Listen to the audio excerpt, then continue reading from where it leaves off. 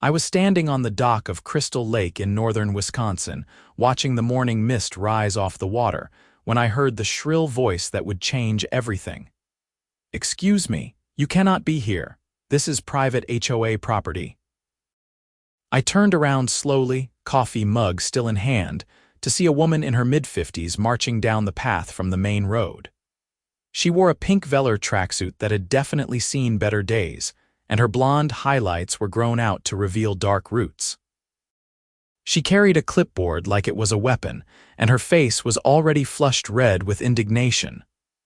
"I'm sorry, who are you?" I asked, keeping my voice calm even though I already knew this was going to be a problem. "I'm Linda Pemberton, president of the Whispering Pines HOA, and you are trespassing on association property." She jabbed her finger toward the lake. "This entire waterfront belongs to the homeowners of Whispering Pines subdivision, and unless you live in one of our homes, you need to leave immediately." I took a sip of my coffee and looked out at the lake again.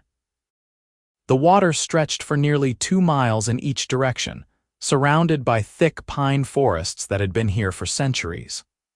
My grandfather used to bring me here when I was a kid, before the subdivision even existed. We'd fish off this very dock, and he'd tell me stories about buying this land back in 1962 for next to nothing. "That's interesting," I said, "because I own this lake." Linda's eyes bulged. "Excuse me, that's absolutely ridiculous. The lake is clearly marked on all of our property deeds as community property. We've had access to this lake since Whispering Pines was established in 2008. "Well, there's your problem right there," I said, setting my coffee mug down on the dock railing. "My grandfather bought this entire lake and the surrounding 50 acres in 1962, long before your subdivision existed." "That's impossible," Linda sputtered. "I've been president of this HOA for 7 years, and nobody has ever claimed to own the lake." I pulled out my phone and showed her a photo I'd taken of the deed just that morning. "See this. Thomas Edward Morrison, my grandfather, purchased the property from the Wisconsin Department of Natural Resources in 1962.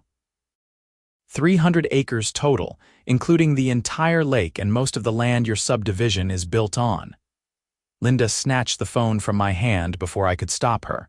Her face went from red to purple as she scrolled through the photos. "This has to be a forgery. Where's the original?" "In a safety deposit box at First National Bank in Rhinelander," I said, taking my phone back. "Along with the updated deed that transferred ownership to me when my grandfather passed away 3 months ago. Well, I don't care what some dusty old paper says."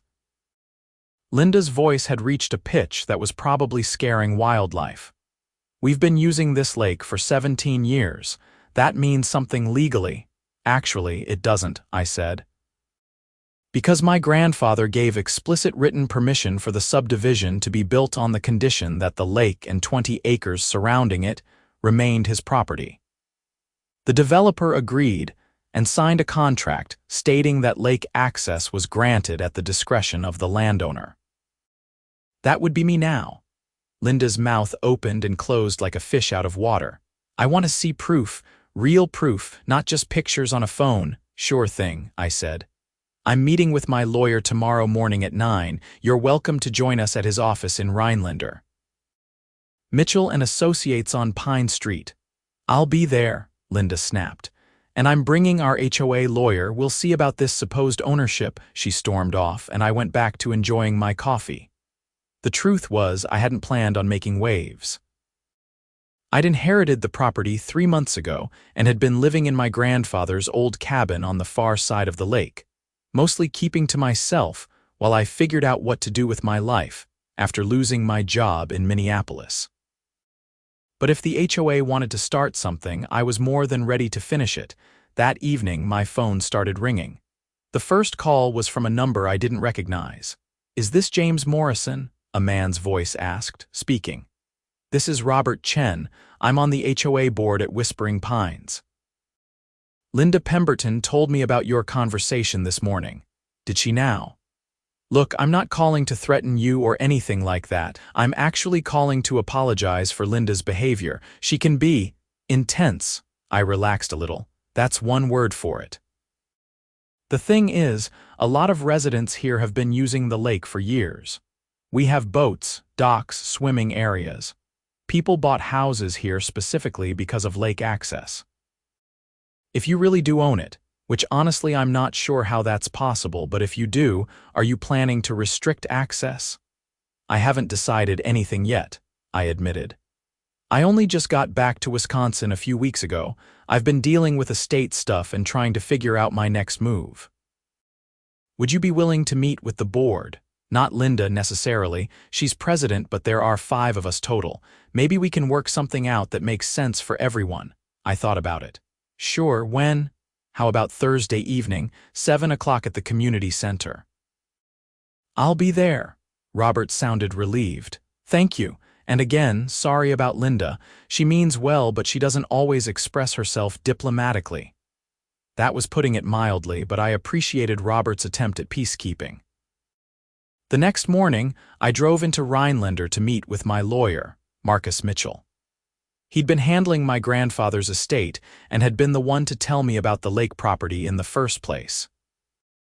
Marcus was in his 60s, with gray hair and the kind of calm demeanor that made him perfect for legal work. His office was in an old brick building downtown, filled with filing cabinets and law books that probably predated the internet. So the HOA found out, Marcus said, pouring me a cup of coffee from a pot that looked like it had been sitting there since morning. The president did anyway, woman named Linda Pemberton. She said she's bringing their lawyer here this morning. Marcus smiled. Should be interesting. I pulled all the relevant documents just in case. At exactly 9 o'clock, Linda burst through the door with a man in an expensive suit trailing behind her. He looked tired, like he'd already had a long morning dealing with Linda. This is Richard Goldstein, Linda announced, our HOA attorney. Richard, this is the man claiming he owns our lake. James Morrison, I said, standing to shake Richard's hand. He had a firm grip and intelligent eyes that were already scanning the office, taking everything in. Mr. Morrison, Richard said. I understand there's some confusion about property ownership regarding Crystal Lake. No confusion on my end, I said. My grandfather bought it in 1962. Marcus pulled out a thick folder. I have all the documentation right here. Original deed from the Wisconsin DNR to Thomas Morrison, dated March 15, 1962. 300 acres including Crystal Lake in its entirety. Property taxes paid continuously from 1962 to present. Updated deed transferring ownership to James Morrison upon Thomas Morrison's death, filed with the county clerk's office on December 3, 2025. Richard took the documents and began reading carefully. Linda hovered over his shoulder, making impatient noises. What does it say, Richard? Can we fight this? Linda, please let me read. I watched Richard's face as he went through page after page. His expression went from skeptical to concerned to resigned. These documents appear to be legitimate, he said finally. Mr. Morrison, do you have the originals?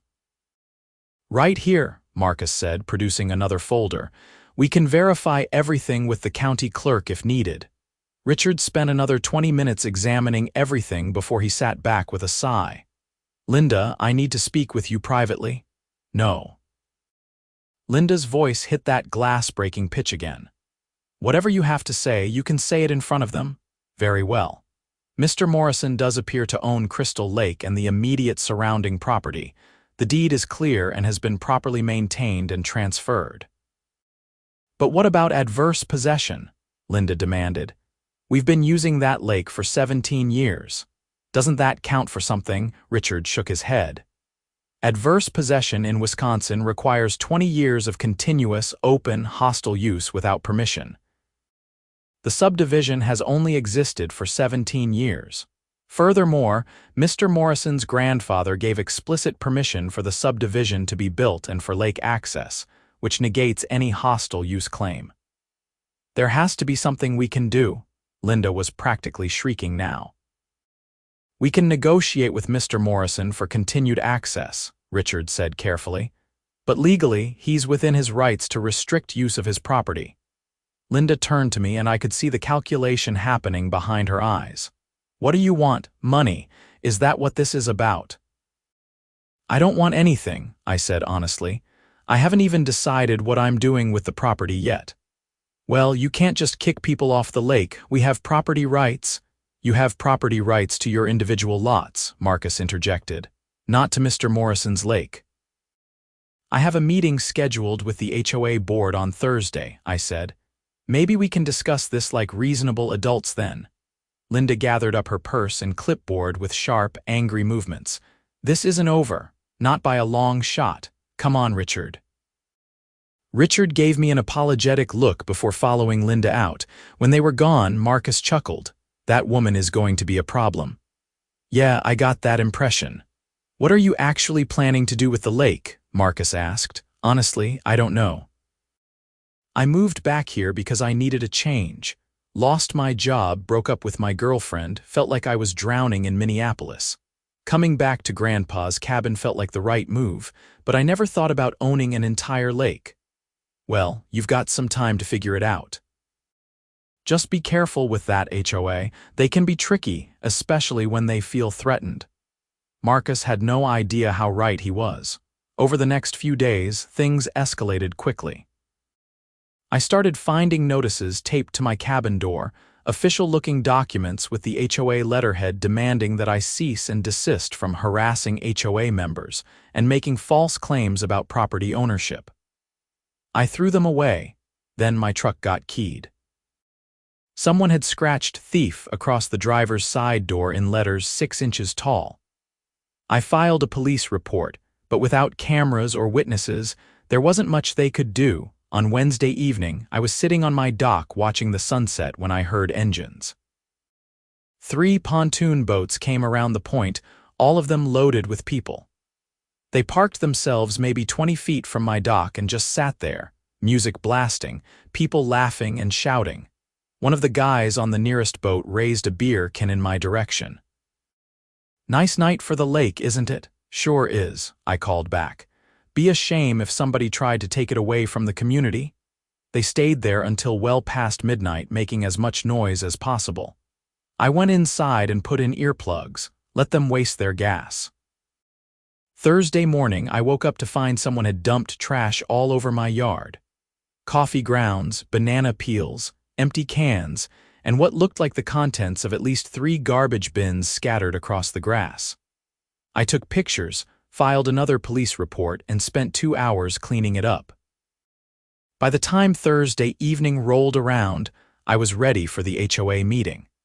The community center was a small building near the entrance to Whispering Pines, with a parking lot that was already full when I arrived. Apparently word had gotten out that this was going to be interesting.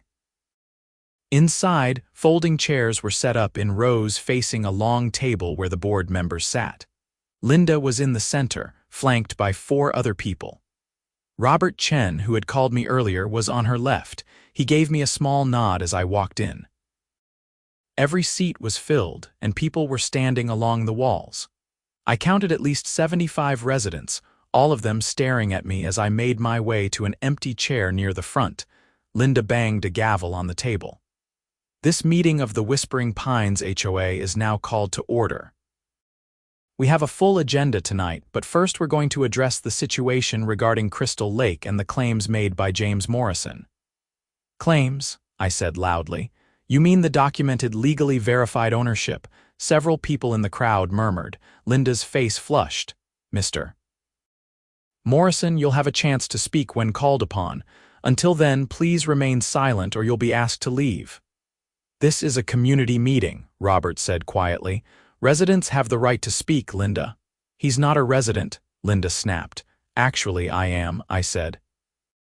My cabin is within the original subdivision boundaries. I've been paying HOA dues through my grandfather's estate for years. That caused a stir. Linda shuffled through some papers, clearly flustered. That's beside the point. The point is that Crystal Lake has been community property since Whispering Pines was established. Everyone here bought their homes with the understanding that they would have lake access.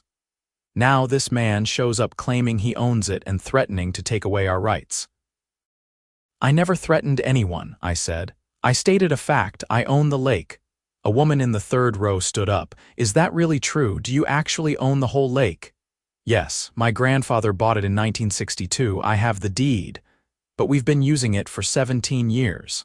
Someone else shouted. With permission, I said. Permission that was granted to the developer by my grandfather. Permission that can be revoked. The room erupted. People were shouting questions and accusations. Someone called me a con artist. Another person threatened to sue. Linda was banging her gavel so hard I thought she might break the table. Order, order, she screamed. Everyone calmed down. It took 5 minutes for the noise to die down. When it finally did, Robert stood up. I think we need to approach this rationally, he said. Mr. Morrison, you said you haven't decided what you're going to do with the property. Is that still true? Yes. Would you be willing to maintain the current arrangement, allow residents to continue using the lake? Maybe, I said, but I have some concerns. Such as, Linda demanded.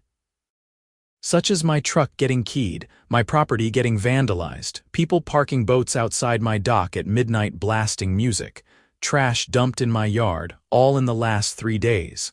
The room went quiet. Robert looked genuinely shocked. That happened? I have police reports for all of it. Linda waved her hand dismissively. We can't be held responsible for the actions of individuals. If someone broke the law, that's on them. The problem is that someone from this subdivision is doing it, I said, and it seems to be escalating. Are you threatening us? A man in the back called out. No, I'm explaining why I might not be inclined to just let things continue as they have been. A younger woman near the front raised her hand tentatively. Robert nodded at her. Mr. Morrison, I'm Emily Harding. My kids swim in that lake every summer. We have a boat dock. We didn't know there was any dispute about ownership. Is there any way we can work something out? Maybe the HOA could pay you a lease fee or something? That's a reasonable suggestion, I said.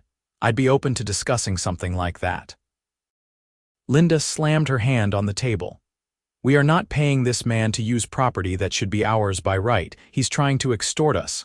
Linda, stop, Robert said firmly. This isn't helping. I will not stop. This is outrageous. We built this community on the promise of lake access. Our property values are tied to that lake. If he takes it away, every home here loses value. Then maybe you should have verified ownership before building, I said. The developer assured us. Linda was on her feet now, face red, veins bulging in her neck. Whispering Pines was marketed as a lake community. People invested their life savings based on that promise, and my grandfather allowed it, I said. But he never gave up ownership. That's not my fault. A man in a suit stood up from the second row. I'm David Martinez, attorney for several residents here. Mr. Morrison, have you considered selling the lake to the HOA? That would resolve this situation cleanly. I haven't considered anything yet, I admitted. This all came to a head less than a week ago. Would you be willing to consider it? We could have the property appraised, make you a fair offer. Maybe. Linda looked like she was going to explode. We don't have the funds to buy an entire lake. Our HOA budget is $40,000 a year. Do you have any idea what that much property costs?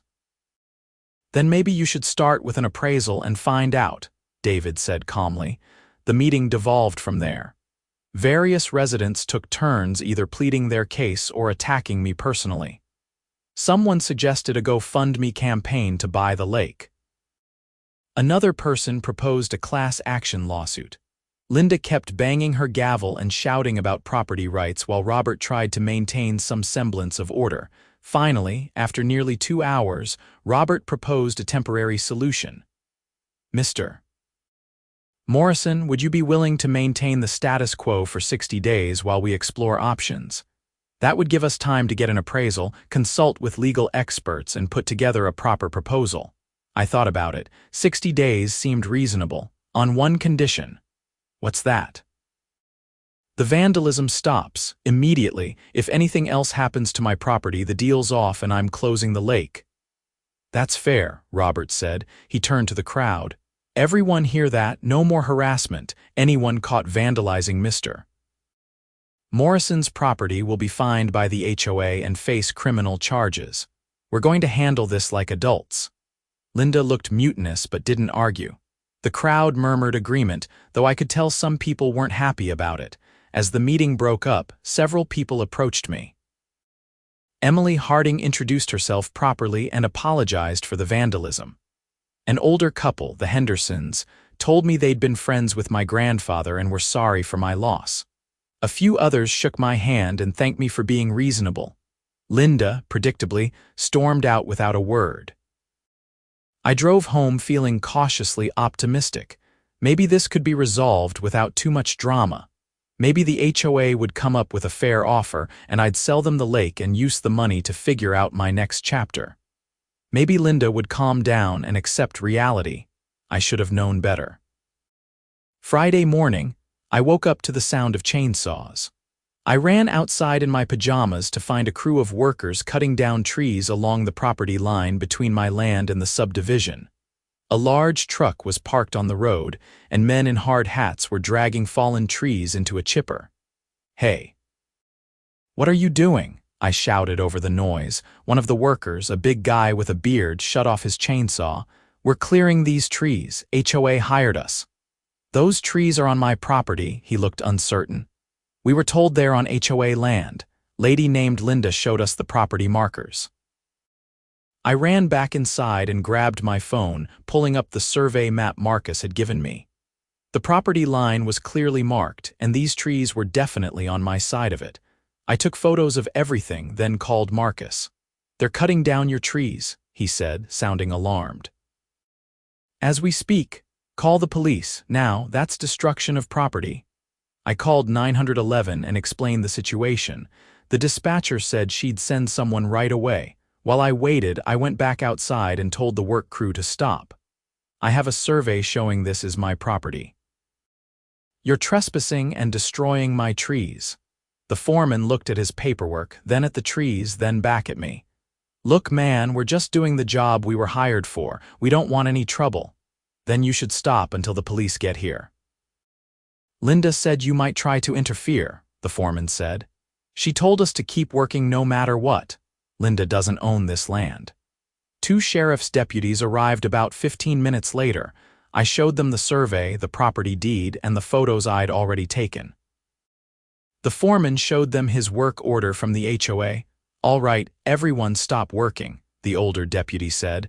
"We need to verify the property line before anything else happens."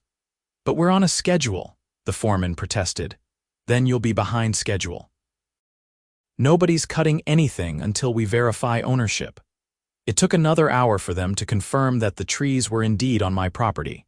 By that point, 6 trees had been cut down and hauled away.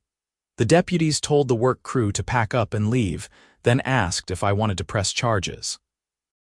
Against the workers. No, they were just doing their job, but I want charges filed against whoever ordered this. That would be the HOA, Linda Pemberton specifically.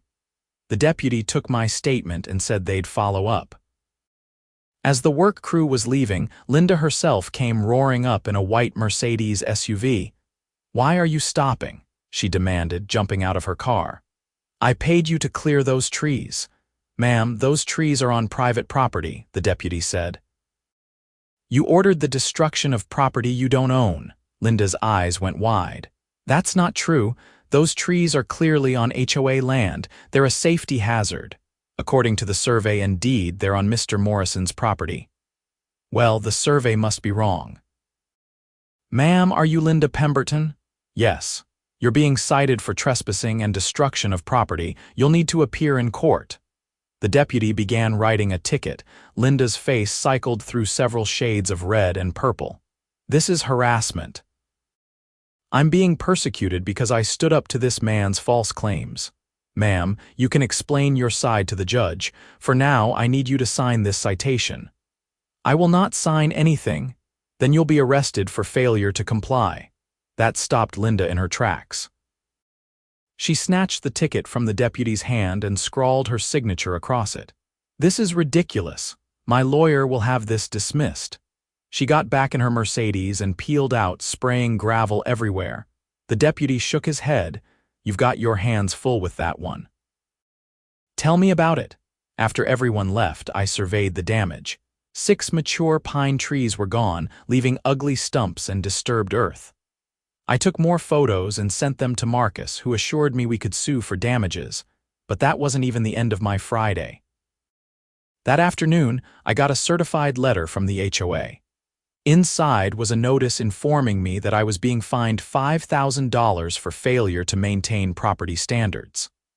The letter included photos of my cabin, pointing out peeling paint, a loose gutter, and some missing shingles on the roof. I called Marcus again. Can they do that? Did your grandfather pay HOA dues? Yes, but the cabin isn't in the main subdivision. It's on the original property outside their jurisdiction.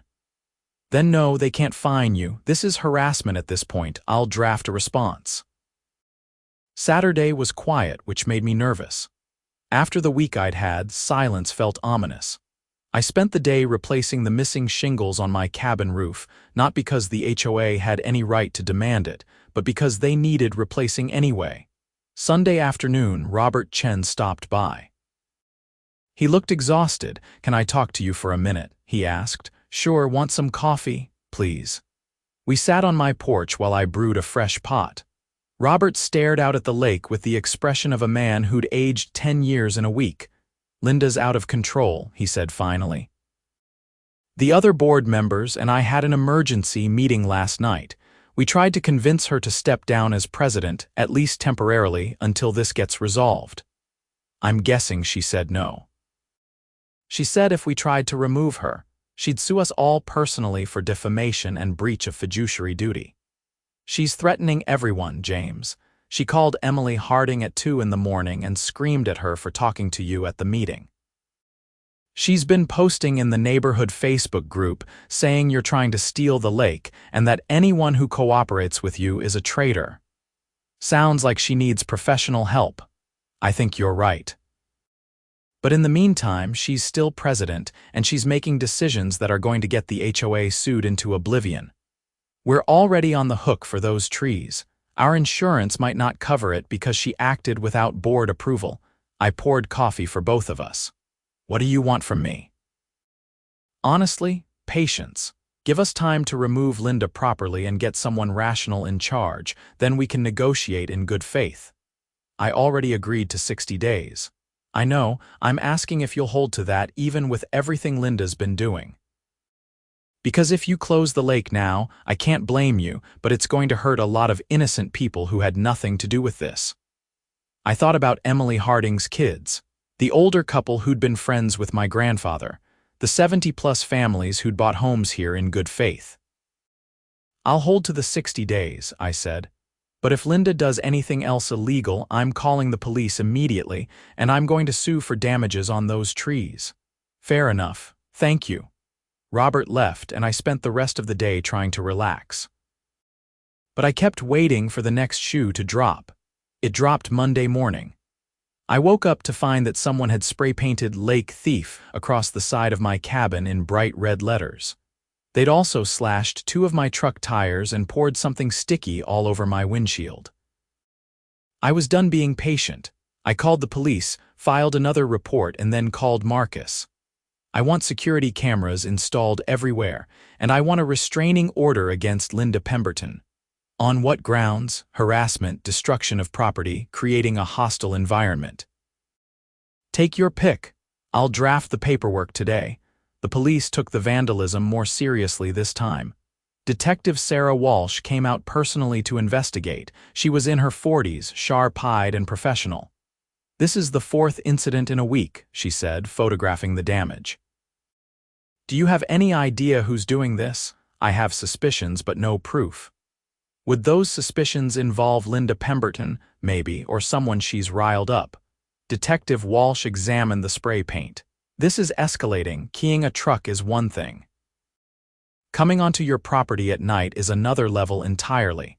I'm going to recommend increased patrols in this area. I'm getting cameras installed. Good. In the meantime, if you see or hear anything suspicious, call immediately. Don't confront anyone yourself. After she left, I called a security company out of Rhinelander. They came that afternoon and installed 8 cameras covering every approach to my cabin and dock. The system fed to my phone and kept recordings in the cloud. If someone came back, I'd have evidence. Tuesday morning, Marcus filed for a restraining order. The hearing was scheduled for Friday. In the meantime, I stayed close to home and tried to keep a low profile. Wednesday night, the cameras caught something. At 2:47 a.m., a figure in dark clothing approached my cabin from the woods. They were carrying something that looked like a gas can. I watched on my phone as they crept up to my shed, poured liquid around the base, and pulled out what looked like a lighter. I was already calling 911 before they struck the match. The shed went up fast, flames leaping 10 feet high within seconds.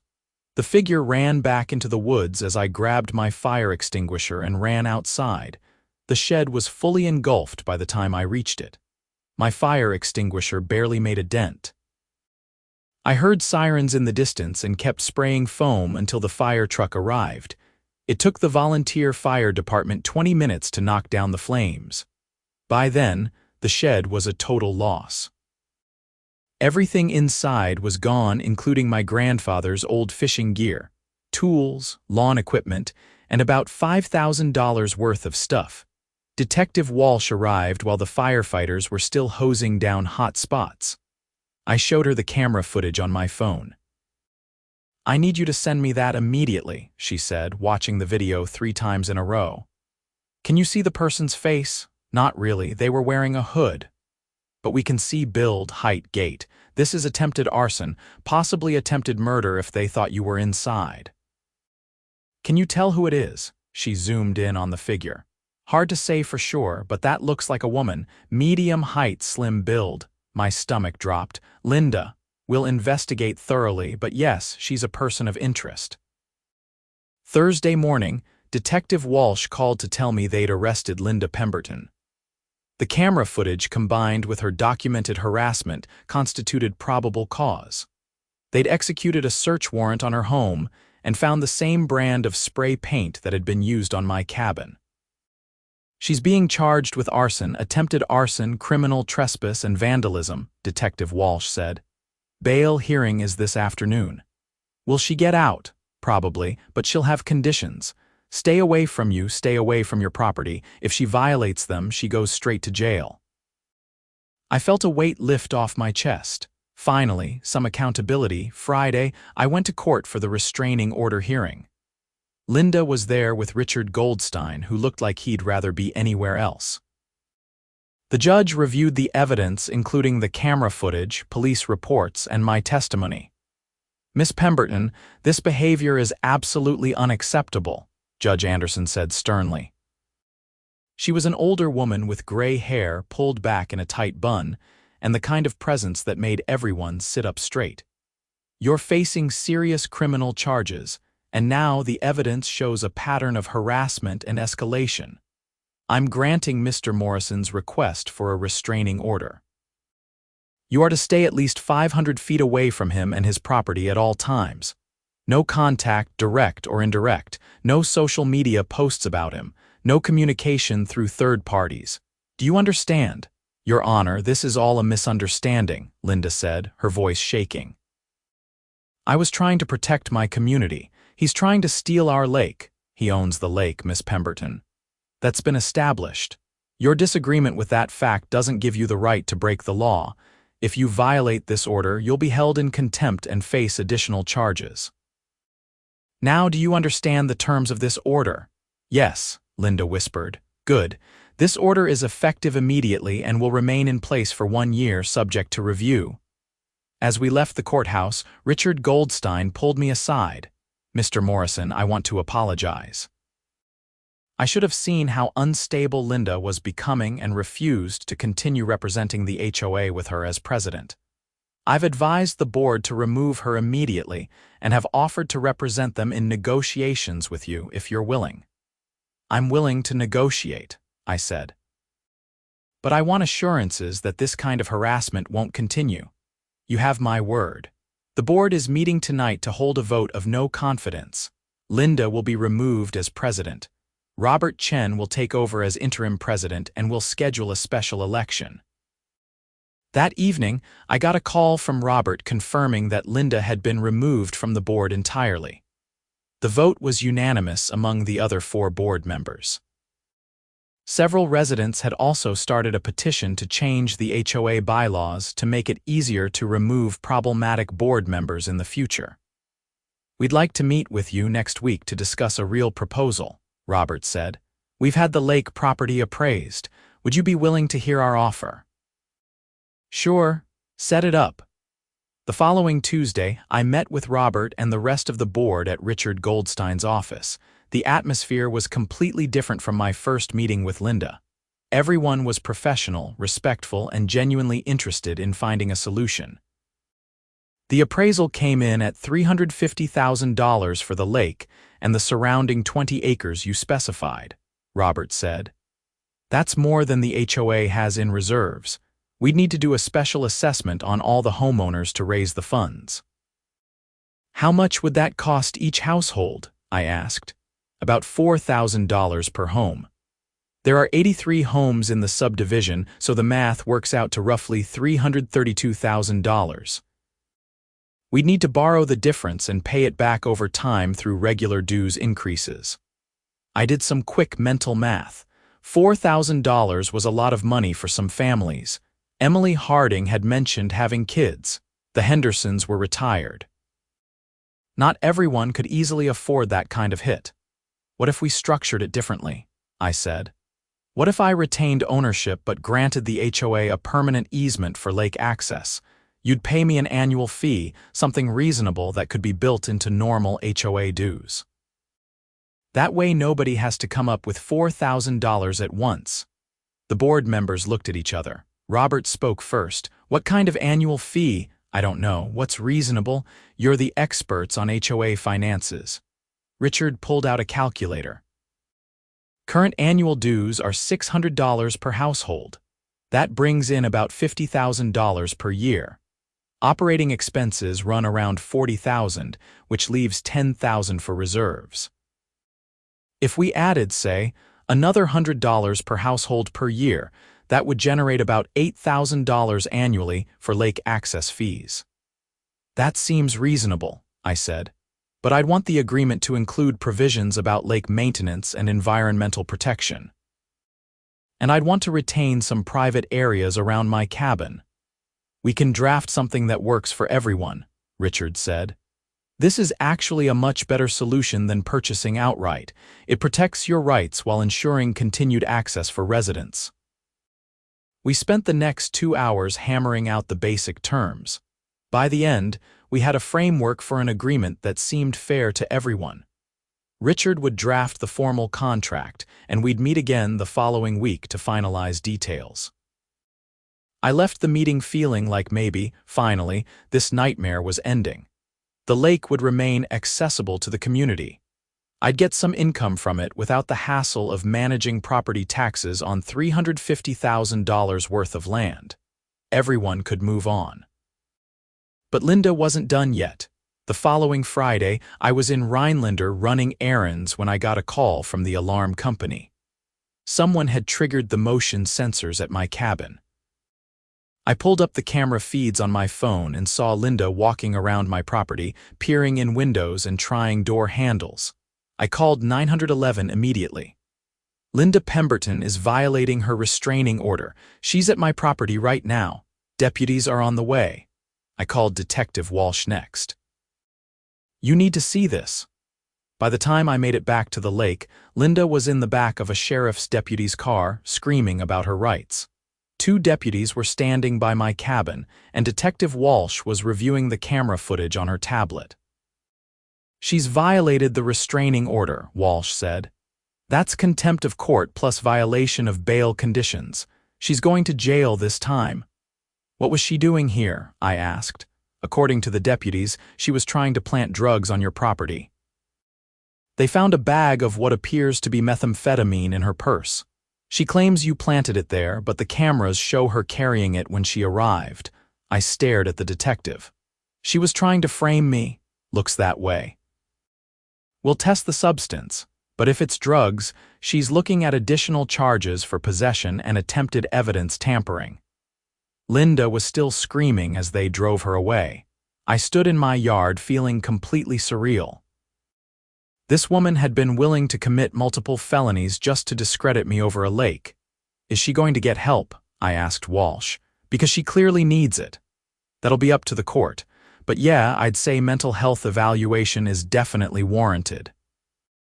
The next few weeks were relatively quiet. Linda remained in jail, unable to make bail after violating her restraining order. The drug charge was confirmed when the substance tested positive for methamphetamine. Her lawyer was working on some kind of plea deal that would involve psychiatric treatment. Meanwhile, Richard Goldstein finalized the lake access agreement. The HOA would pay me $8,000 per year for a permanent easement allowing residents to use the lake. I retained ownership and control over 20 acres immediately surrounding my cabin, which would remain private. The agreement included provisions for environmental protection, regular maintenance, and dispute resolution. The HOA held a special meeting to vote on the agreement. Robert said the turnout was massive, with over 70 households represented. The vote was 72 in favor, 3 against. The 3 opposing votes came from Linda's closest friends, who apparently still believed I was somehow the villain in this story. We signed the final agreement in early April. I stood in Richard's office with Robert, Marcus, and the other board members, putting my signature on a document that ended months of conflict. "Here's to peaceful lake access," Robert said, shaking my hand. "And no more vandalism," I added. Everyone laughed, though there was still some lingering tension. But it was done. The lake was mine, the HOA had their access, and everyone could move on with their lives. A week after we signed the agreement, Emily Harding stopped by with her 2 kids, a boy and a girl maybe 8 and 10 years old. "We wanted to thank you," she said, "for being reasonable about all this. A lot of people would have just shut down the lake out of spite after everything that happened." "I'm not a spite kind of person," I said. "Besides, it's a beautiful lake. It should be shared." Her kids asked if they could fish off my dock. I said sure and even dug out some of my grandfather's old fishing gear that had survived the fire in the house. Watching them cast lines into the water, laughing when they got tangled, brought back memories of doing the same thing with my grandfather 40 years ago. That night, I sat on my porch with a beer and looked out at Crystal Lake. The sunset painted the water in shades of orange and pink. Somewhere out there, families were enjoying the water that my grandfather had loved enough to protect. The HOA drama was behind me. Linda was getting help. Life was finally settling into something resembling normal. My phone rang. It was Marcus. "James, we got the settlement offer from Linda's insurance company for the trees and the shed." "How much?" $42,000. "They're trying to avoid a trial." "Is it fair?" "It's slightly low, but it's in the ballpark. We could counter for 50 and probably get 45. "Up to you whether you want to take it or push for more." I thought about it. More legal battles meant more time, more stress, more involvement with Linda, even indirectly. "Take the 42, I'm ready to be done with this." Smart choice. I'll have them draw up the papers. The settlement came through 3 weeks later. I used part of the money to rebuild my shed and replace the damaged tools. The rest went into savings. I'd need to figure out what I wanted to do for work eventually, but for now, I had breathing room. Summer arrived, and Whispering Pines came alive with activity. Boats appeared on the lake, kids splashed in the swimming areas, families gathered on the community beach. I kept to my private section most of the time, but occasionally I'd take my kayak out and paddle around. People would wave and I'd wave back. Some stopped to chat, thanking me again for not shutting down the lake. One Saturday in July, the HOA organized a community barbecue. Robert personally invited me, and I decided to go. It felt like a good opportunity to show there were no hard feelings.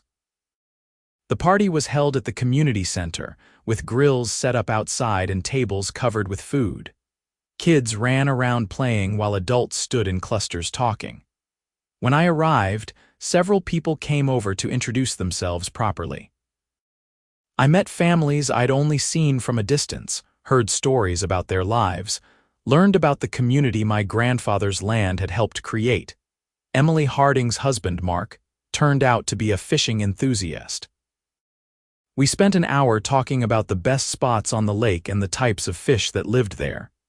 He told me stories about teaching his kids to fish, just like my grandfather had taught me.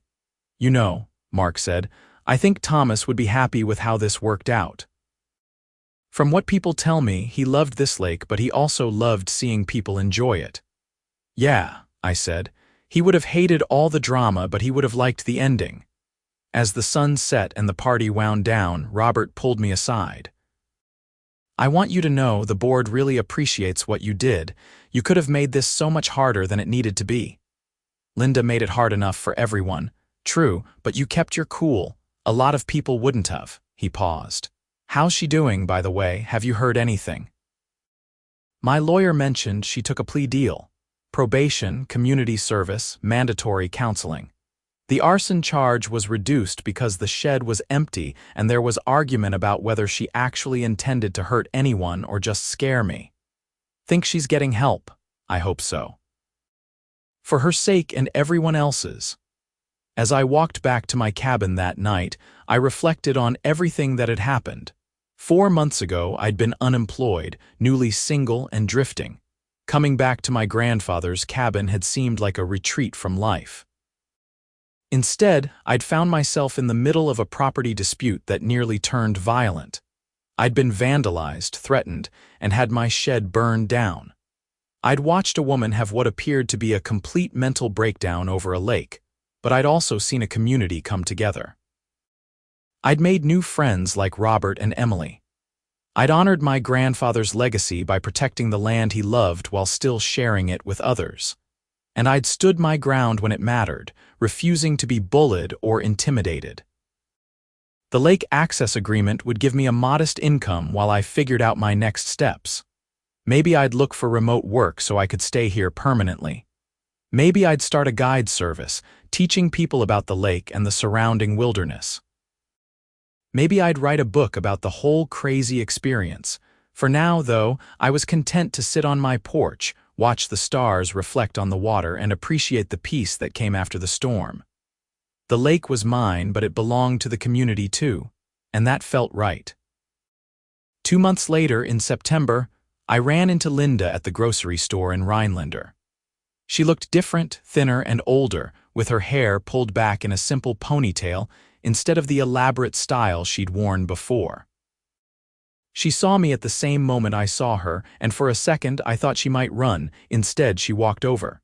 "James, can I talk to you for a minute?" "Sure." We stepped outside into the parking lot. Linda looked at her feet, then forced herself to meet my eyes. "I want to apologize. For everything. The vandalism, the trees, the fire, all of it. I was out of control.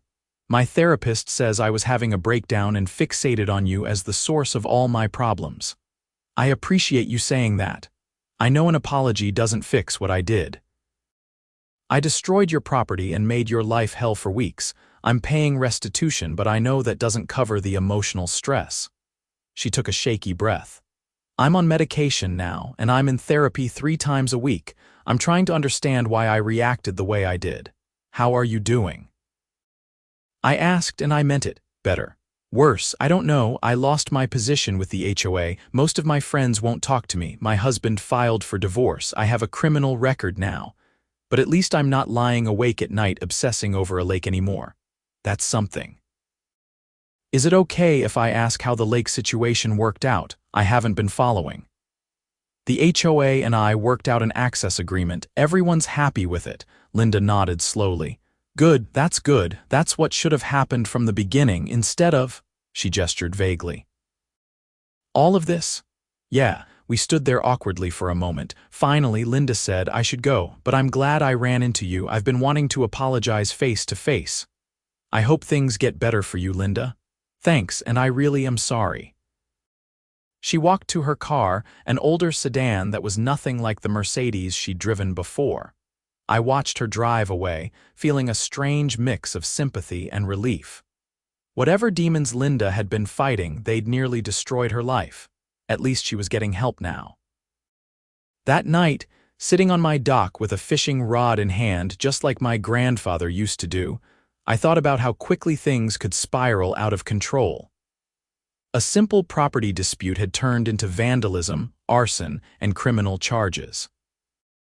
All because one person couldn't accept a reality that didn't match her expectations. But it had also shown me something important: standing your ground matters. I could have walked away, sold the property to avoid conflict, let Linda and her anger drive me out. But this land meant something. My grandfather had trusted me with it, and by holding firm, I'd found a solution that worked for everyone. The lake stretched out before me, dark and peaceful under the stars. Somewhere on the far shore, lights glowed from the houses of whispering pines. Families were settling in for the night, kids were being tucked into bed, parents were planning tomorrow's activities, and none of them had to worry about losing access to this beautiful place. I felt something tug on my line and started reeling in. Whatever I'd caught fought hard, diving deep and pulling back. When I finally got it to the surface, I saw it was a nice-sized bass, probably 4 pounds. My grandfather used to say that fishing taught you patience. You had to wait for the right moment, stay calm even when things got exciting, and know when to hold on and when to let go. Looking back at the past few months, I realized the same applied to life. I'd held on when it mattered. I'd stayed calm through the chaos. And I'd known when to compromise and when to stand firm.